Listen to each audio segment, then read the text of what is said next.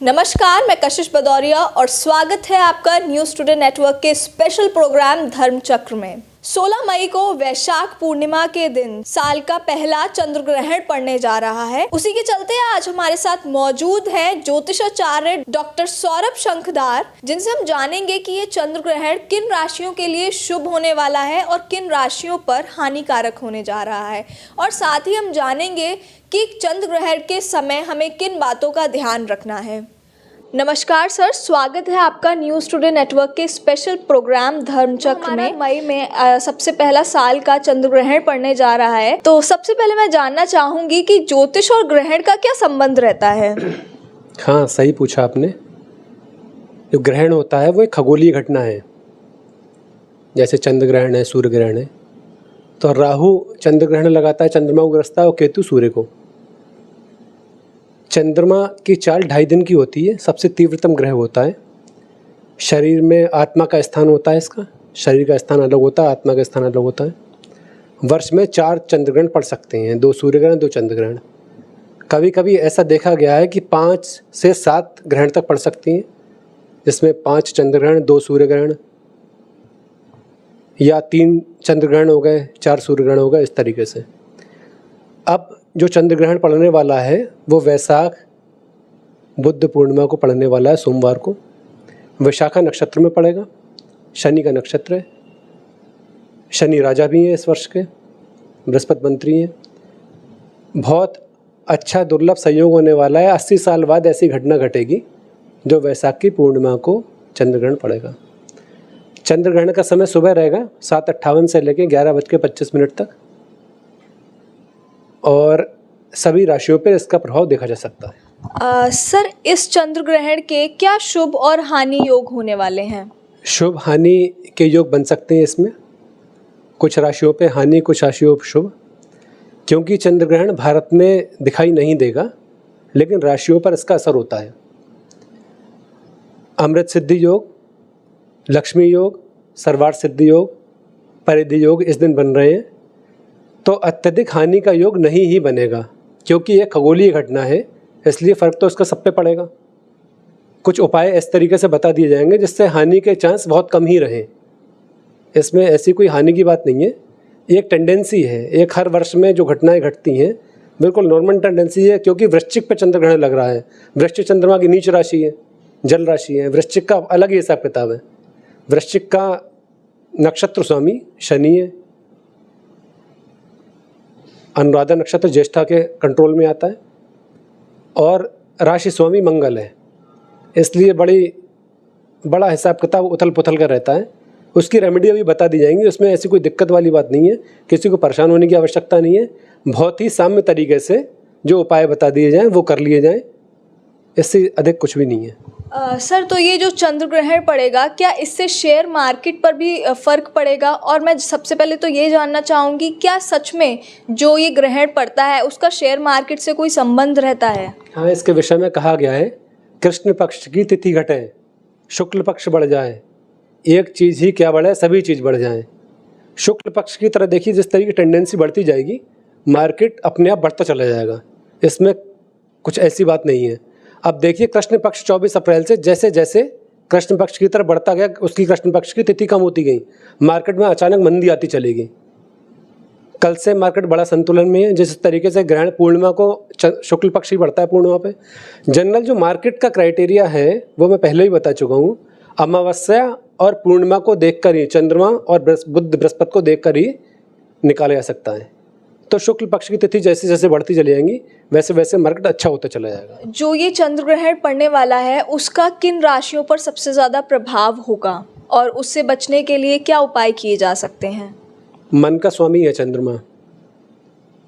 शरीर को साधता है मन। मन की अवस्थाएं बिल्कुल अलग है। मन से ही प्रकृति चलती है।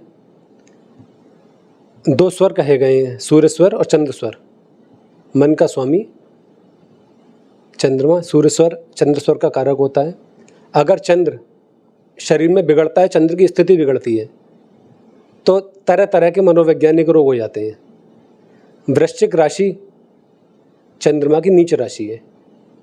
अगर चंद्रमा साम्य नहीं है तो व्यक्ति जीवन में, अध्यात्म में, शरीर के विकास को लेके किसी भी तरह की तरक्की नहीं कर सकता।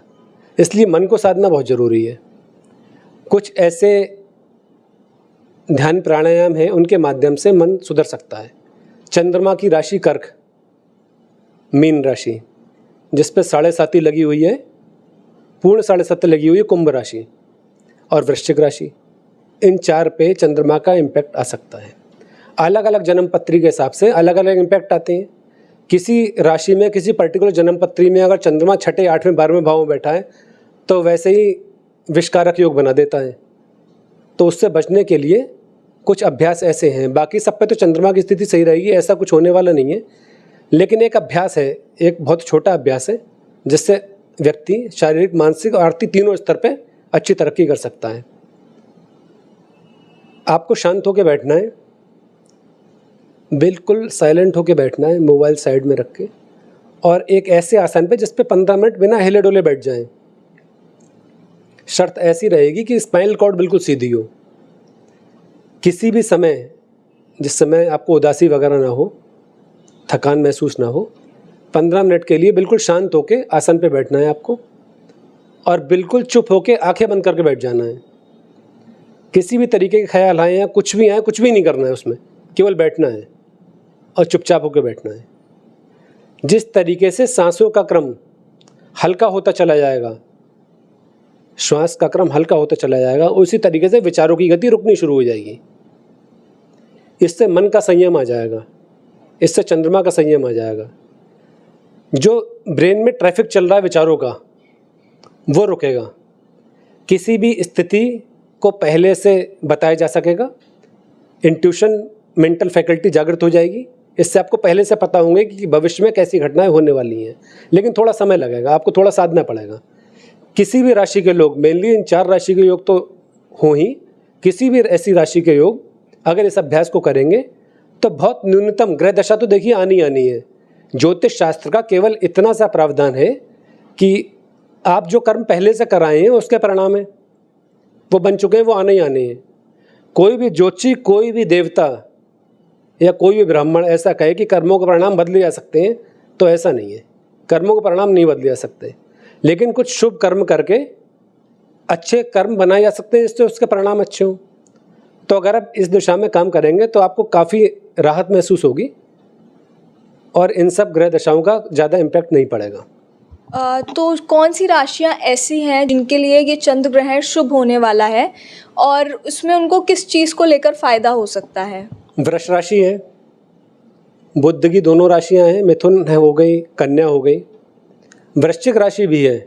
अगर थोड़ा स्वास्थ्य का ध्यान रखा जाए और ग्रहण के पश्चात थोड़ा दान किया जाए, जैसे सफ़ेद चीज़ का दान, चावल हो गया, चीनी होगी, दही होगी, इस चीज़ का अगर दान हम डोनेट करते हैं किसी को, किसी मंदिर में पहले करते थे, अब समय काल परिस्थिति के हिसाब से किसी ज़रूरतमंद को दे दिया जाए, तो इसके अभाव को, प्रभाव से बचा जा सकता है। दूसरी बात ये कहेंगे, ग्रहण काल में कोई भी कार्य ना करें, जितना शांत रह सकते हो उतना शांत रहें, शांत बैठे। ऐसा नहीं कि कोई नया काम करना है। अनेक शास्त्रीय, अनेक प्रावधान ऐसे हैं पुराणों में कि ग्रहण पे पूजा करने से, जप करने से चीज़ों का समाधान हो सकता है। ये ऐसा सच भी है। अब उनके लिए ऐसा तरीका कि जिसके जो इष्ट देवता हों उसका ध्यान करते रहें लगातार, और कुछ भी ना करें तो मौन साधना सबसे अच्छी। देखिए बुद्ध पूर्णिमा है, उस दिन बुद्ध ने मौन से अनेकों सिद्धियाँ प्राप्त की, मौन से ज्ञान की प्राप्ति हुई।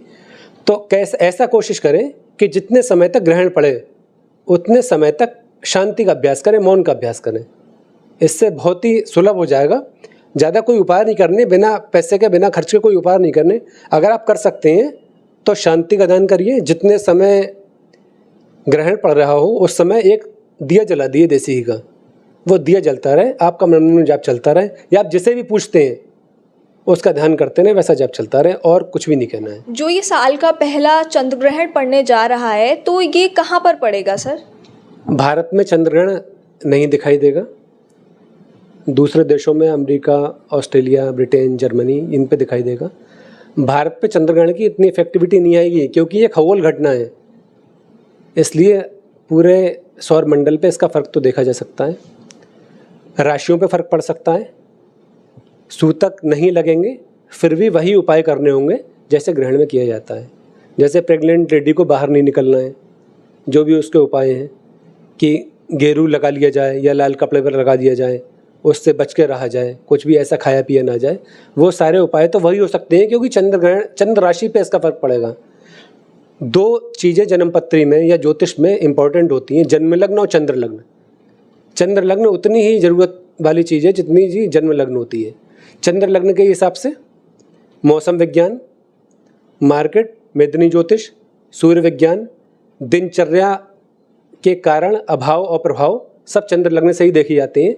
इसलिए चंद्र ग्रहण जीवन में बहुत ज़्यादा उतार चढ़ाव ला सकता है, तो सारे उपाय वैसे ही कर लिए जाएं और उसमें कोई ऐसा एक्स्ट्रा इफेक्ट नहीं पड़ने वाला। तो ये थे हमारे साथ ज्योतिषाचार्य डॉक्टर सौरभ शंखदार, जिन्होंने हमें बताया कि इस चंद्र ग्रहण का प्रभाव किन राशियों पर पड़ने वाला है और ये चंद्र ग्रहण किन राशियों के लिए शुभ होने वाला है। अगर आपको इससे संबंधित कोई भी क्वेरी है तो आप हमारे कमेंट बॉक्स में ज़रूर कमेंट करके बताएं, तो उसका सॉल्यूशन आपको तुरंत कमेंट बॉक्स में दिया जाएगा। ऐसी ही वीडियोज़ के लिए बने रहिए हमारे साथ और देखते रहिए न्यूज़ टुडे नेटवर्क।